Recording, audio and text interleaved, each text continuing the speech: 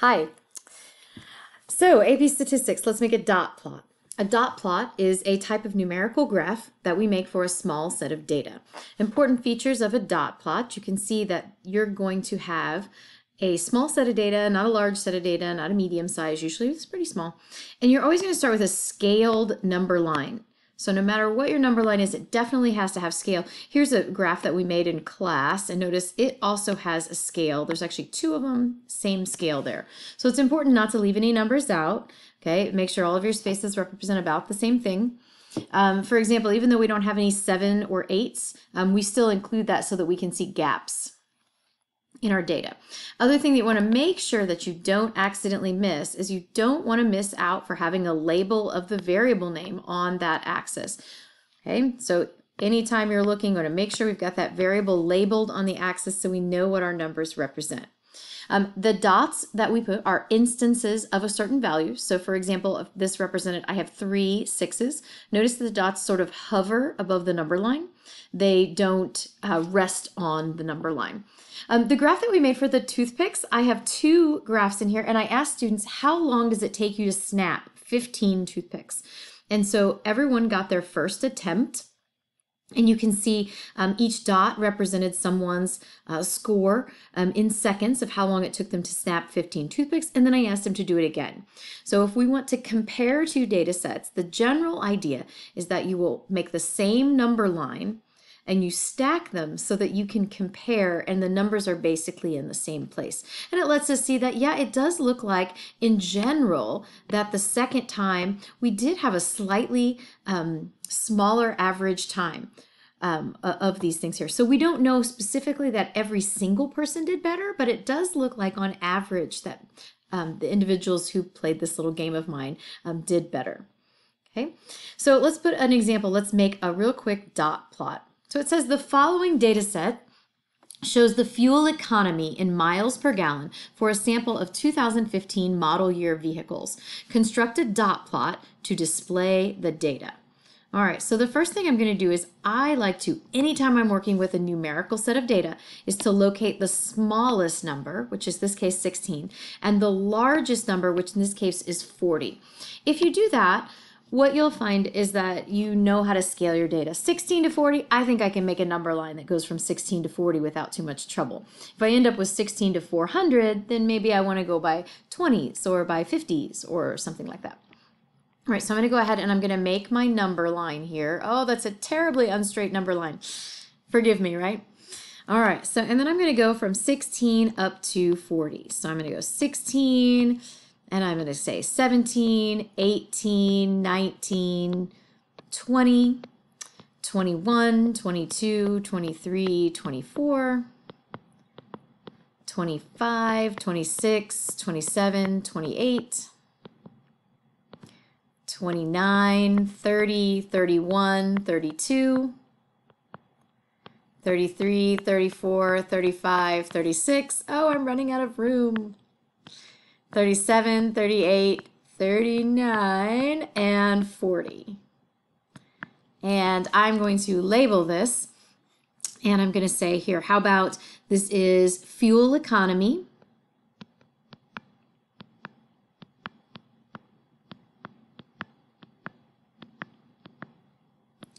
And my unit is miles per gallon.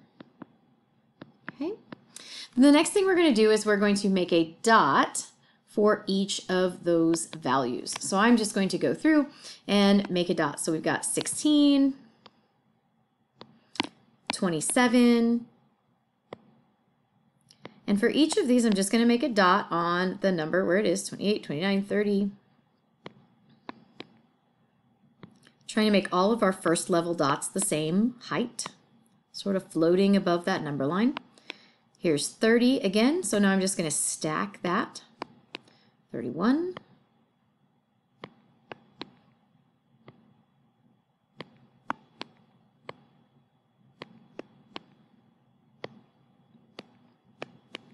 Again, the dot plot should be a fairly quick graph to make.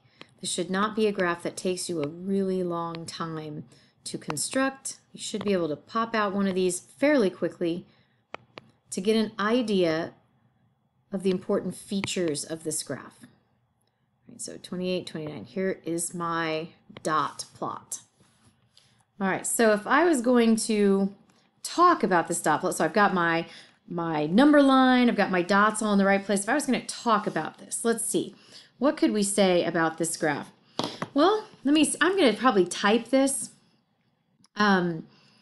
here to make this a little easier. So I want to use the variable name. I always want to use context. So I would say the distribution of fuel economy. And I might put the unit there, miles per gallon is, and I'd look for that shape. Now to me, it looks like we have a peak somewhere around 31. And if I was going to describe this shape, I would probably say it looks like it's stretched out on the left. So I'm going to say this is unimodal. It has one peak. Unimodal with a peak at 31, and I want to put that unit on there, miles per gallon, and is skewed to the left. Okay. And we're going to kind of eyeball. That's our shape. Remember, we're going to talk about the SOCS. So how about some outliers? Do we have any outliers? It looks like 40 and 16 are fairly high and low compared to the rest of the data. Remember, just this first chapter, we're just inspecting, does it look like it matches the rest of the data? In future chapters, we're going to compute it and know for sure. So just to kind of cover myself, I'm going to say there are potential. Oh, I went on to the next page. That's okay. See if we can make this move up. All right. There are potential outliers at 16 and 40 miles per gallon. All right. The next thing I want to address is the center. Now, we've already got that peak identified at 31, so we're probably pretty good there. There are 16 numbers, so one thing we could find is the median. If we're looking for the 16 numbers, the median would be in between the 8th and the 9th number. So I'm just going to count 1, 2, 3, 4, 5, 6, 7, 8. So between my 8th and 9th number, and it looks like I have lost one of my dots maybe. Okay, between my 8th and 9th number, oh, it's all over the place. High quality video, Mrs. Leahy, is going to be 31. Okay, so the median is 31. That would give me my center. The other thing that I could address is the spread. In this case, let's address the range. The highest number is 40 and the lowest number is 16. So the range would be 40 minus 16 or 24. All right, so I'm going to say the median miles, so the median is, and what do we say, 31 miles per gallon with a range of 24 miles per gallon. So I've addressed my SOCS and I've got context. And so in this case, you might also want to mention that it looks like most of the cars run in the 27 to 32 mile per gallon range, with very few exceptions. Okay, so making a dot plot, we're going to talk about it. Here's another one we have. It says graduation rates for the NCAA Division I schools in California and Texas. This is kind of an older example. The rates reported are the percentages of full-time freshmen in the fall of 1993 who earned a bachelor's degree by August 1999. Okay, so basically like this number right here, this 37. So what we're saying is that for that particular school in California, of the people who were freshmen in 1993, 37% of those had earned a degree 6 years later. Okay, so those other 63%, maybe they dropped out, maybe they are still working on it, maybe they've gone part-time, but basically they've only graduated about 37% of their freshmen as about 6 years later. Okay, so we've got California, Texas, they're all combined here. All right, notice this dot plot. Notice we have scale 10, 20, 30, 40, etc. We've got dots for all of these. This is graduation rate, or is our variable. All right, so let's discuss this for a second. So look at this. What do we want to say about this data? So what about the shape of this? I don't really see a whole lot of peaks or symmetry or skew, but I do notice there seems to be a low group and there seems to be a high group with kind of a gap in the middle. All right, so let's address that. So again, I'm going to use that variable name. And let me switch my ink color here so it's going to be a little bit easier.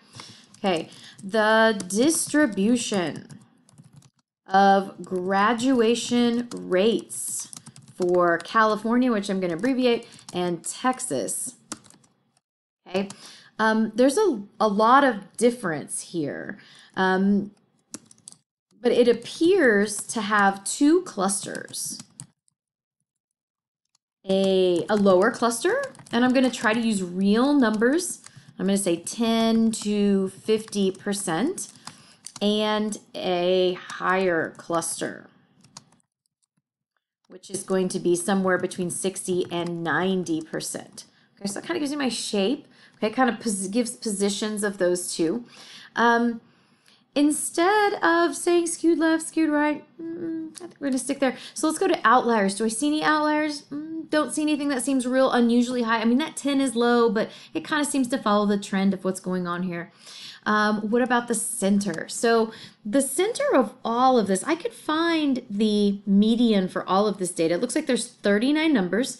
So 39, I would be looking for the 19 on the left, 19 on the right would be 38. So 39, I'd be looking for that 20th number. So I'm going to count here. 1, 2, 3, 4, 5, 6, 7, 8, 9, 10, 11, 12, 13, 14, 15, 16, 17, 18, 19, 20. Looks like it has a median value of about 63.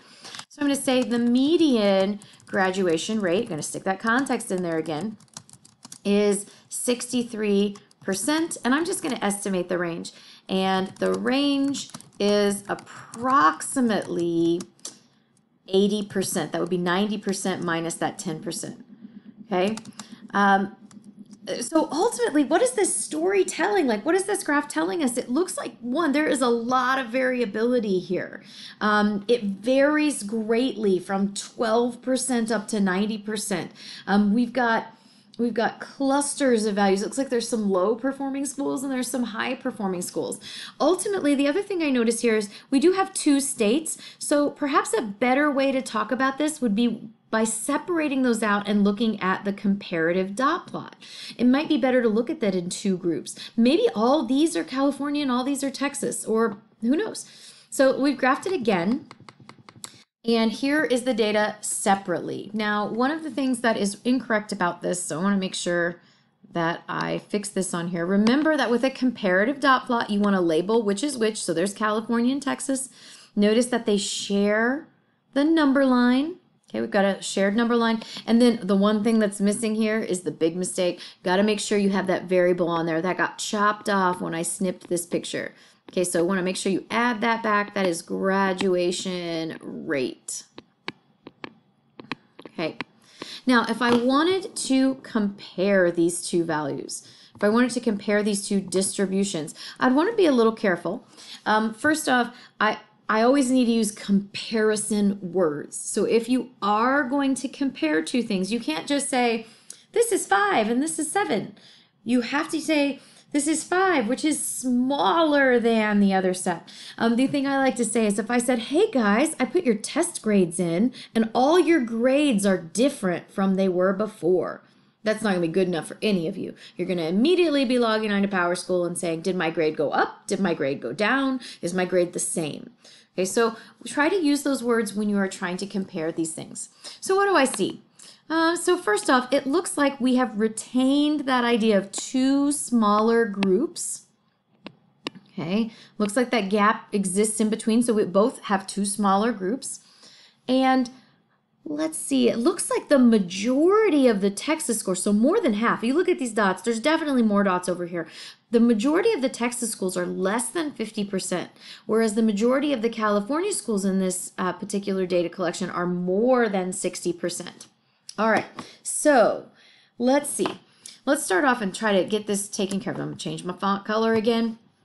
All right, so the distributions of graduation rates for Texas and California are similar, right? They're similar in the fact they both have a low cluster and a high cluster, okay? Are similar in that they both have a low cluster or a low group from, and I'll just say 10% to 50%, and a high cluster, which is going to look like 60% to 90%. So that's what they have in common, okay? However, they're not the same sizes, okay? Definitely Texas has the majority in the lower half, and California has a majority in the upper half. However, the majority, oh, I can't spell, the majority of Texas schools are below 50% graduation rate, while the majority of California schools are above 60% graduation rate. Okay, so it looks like the California schools in this 1993 survey, which is remarkably old, they're outperforming. Now that is our kind of shape comment there. What about the let's see, what about the outliers? Do we have any outliers? I'm looking, no, that 10% still kind of fits with that data. I'm not calling that an outlier here. So what about center? Let's compare the medians. Okay, so if the first set had, I believe it was 19 or 20 values here. Let's scroll back up and double check. Okay, which one? Yeah, so Texas, which is this set, had 19. 19, we cut that in half, we get 9.5. So we're looking for the 10th number here. 1, 2, 3, 4, 5, 6, 7, 8, 9, 10. Is that right? That is about 35. So that has a median of 35. I'm going to write that down for myself really quick. That was 35. And then we had 20 on the other one. So we're looking in between the 10th and 11th number. 3, 4, 5, 6, 7, 8, 9, 10, 11.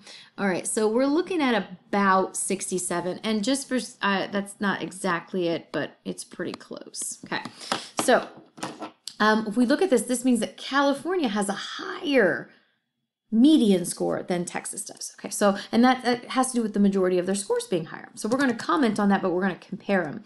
So I'm going to say the median graduation rate for Texas was 35%, which is lower, smaller, right, than the median for California at approximately 67%. Okay, now what about the spread? So we've talked about the shape, we've talked about whether there are any outliers, which there aren't, we've talked about the center. Now let's talk about the spread. Just talking about range, it looks like Texas has a much larger range than California. The range being about 80 for Texas, from 10 to 90, and the range for California being somewhere in the neighborhood of 60, from about 30 to 90. Okay, so it appears that the Texas distribution has a much larger range, and I'm going to say approximately 80%, than the California distribution, which has about 60%. Okay. And you might just want to write a conclusion. Overall, what are we doing here? It seems like overall, California schools have a higher graduation rate. And the evidence of that is that the majority of their schools are over 60, as opposed to the majority of their schools being under 50. Their median value is higher. And also, they don't have any of these really low scores over here like we have in this Texas example. Okay? All right. So here is a wonderful little graph. A wonderful little table. This is actually from your textbook, and it says these are the top 20 movies in 2007 and 2008 that are shown below. Okay, so these are 2007 and 2008. Forgive Mrs. Leahy for all her old examples. All right, and it says construct a comparative dot plot to display these distributions. Okay, so the first thing I'm going to do is I am going to try to find the lowest number and the highest number. And I'm just going to look through each row first. Oh, fortunately, I put these, are they in order? They are. All right, so the highest number for, let's see, the highest number here is 300. I just accidentally crossed it off. So I can fix that. There we go. All right, so the highest number here is 336.5. And the lowest is 127. And then we've got another that's really close to 127, but then this is 533.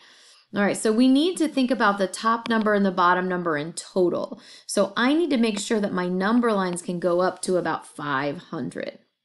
Or sorry, 533. And then the bottom number can be around 127. Now, when we go to graph these, it's going to be sort of a general idea. We're not going to be able to get these on there perfectly. So we're just going to do the best that we can. So again, we've got the 2007 movies and we've got the 2008 movies. So again, I'm going to start off and I'm going to try to draw a number line here. Oh, please make it a straight line. All right.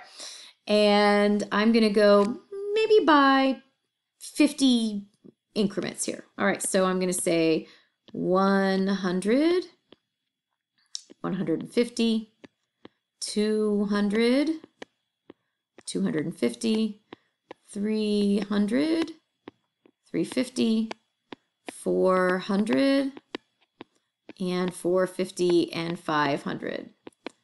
Okay, and then this is the 2007 graph. Okay. Let me see if I can straighten this out a little bit here. I don't know if that's much better. All right. And then I'm going to do the second one, and I'm going to try to make it look very similar. So I'm going to stack them. Okay. And again, I've got 100 and 50, 200 and 50, 300, etc.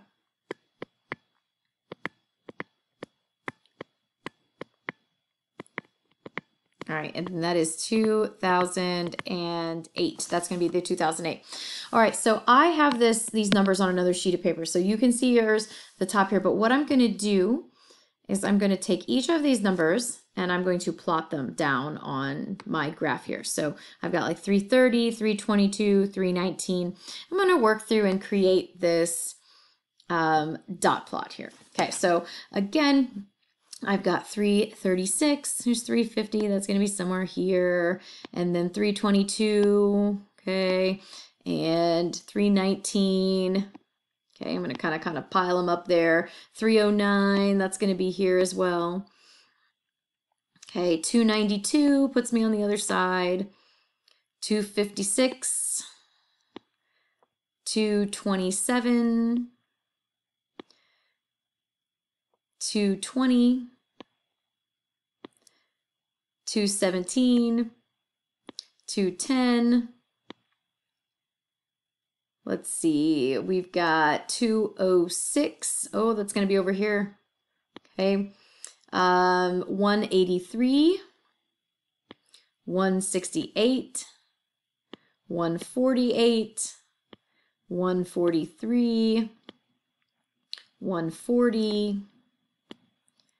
We've got 134, 131, 130, and 127. And oh, that looks like a mess, but basically they've got my little dots in the right place. I'm gonna do the same thing for the other one. We've got 533, which is gonna be somewhere over here, 318, 317, 227. Okay, here's 50, 227. We've got 223. I've got 215. 192, 180, 168, 154, 148, 144, 143. Okay, so those are all kind of together. 141, 141, 134, 134, 130, 127. All right, so I kind of got these clusters. And what do we see when we're looking at these? Okay, well, Both the distributions have a similar sort of shape. They appear to have most of their data sort of trickling off to the right here. So I think both these are probably skewed to the right slightly. 2008 looks like it might have this potential outlier up here, this 533, which was the Dark Knight movie that came out, right? What about, let's see, the range? Obviously, the second one has the bigger range. What about that mean and median? Or that, let's find that median. I'm going to go up and look at my data. Here are the top 20 movies. So the median is going to be right in the middle. 1, 2, 3, 4, 5, 6, 7, 8, 9, 10. Okay, so my median is going to be right there. If I add those up and divide by 2, I get 208.5. Okay, and then same thing over here, my top 10 movies. If I take 154 and 152, add them up and divide by 2 those, I end up with 153.55 there. Okay, so I've got my median. So 2007 seems to have a higher median. All right, so let's talk about those. So I'm going to try to type up a little thing here. What about these distributions? So the compare here. Okay, so the distributions of, what is this unit? Sales in millions. Distribution of sales in millions both appear to be skewed right for 2007 and 2008. Okay, so shape. There's a potential outlier for 2008. So there is a potential outlier in 2008 at 533.3 million. And I guess that unit is dollars. So I'm going to come back and put a dollar sign in front of that. $533 million. What about median sales? We said 2007 had a higher median sale price. Okay, so the median in 2007 was higher than 2008 at, let's see, we said that was 208.5 million compared to 153, oops, wrong one, 153.55 million. So the median had a higher median. However,